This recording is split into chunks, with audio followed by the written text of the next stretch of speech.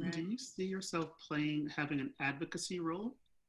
Are you mostly about showing what's there, or are you all clearly you are that? Are you also about saying, look, we need more of what's good?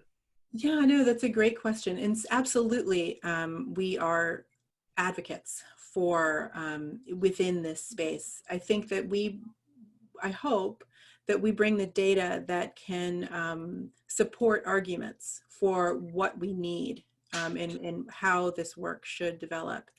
I think in terms of advocacy that we engage in every day, it's more about accessibility and findability. So we've created our own tagging structure, our own metadata, our own algorithms for kind of thinking about, well, how do I find a book? And it's really groundbreaking because when we think about traditional structures like Library of Congress search engines or subject headings, they tend to focus on what's happening in the book and not who is in the book. And so using those traditional search structures, which are intended to be colorblind, it makes it very difficult, if not near impossible, to surface books with BIPOC characters. So my favorite example is A Sandwich Swap. It's a book about an Arab American girl and a white American girl. They're best friends, and they get into a kerfuffle over sandwiches. One says she's so sorry that her friend has to eat chickpeas every day, hummus, it smells disgusting.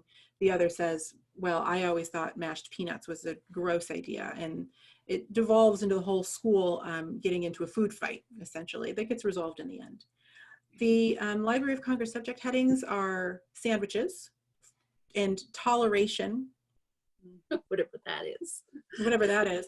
And I can't remember the third, but in there is not a clear understanding. So if I'm an educator and I'm looking for a book that might help inform conversations that I'm having in my class, this book is going to be difficult for me to find unless I type in sandwiches. So, but you can find it on the DiverseBookFinder if you were interested in finding books that depicted cross-group relationships between Arab and white girls. You can do that. You can select all those facets and see what comes up.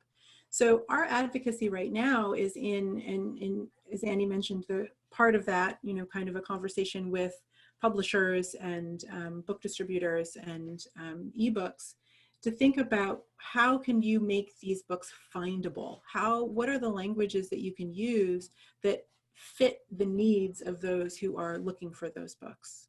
If anyone had told me how long we would spend finding these books when I got started, I would not have believed them. It's a huge undertaking, and that's one area where I think we can, even with what we have right now, we can certainly grow in terms of search structures.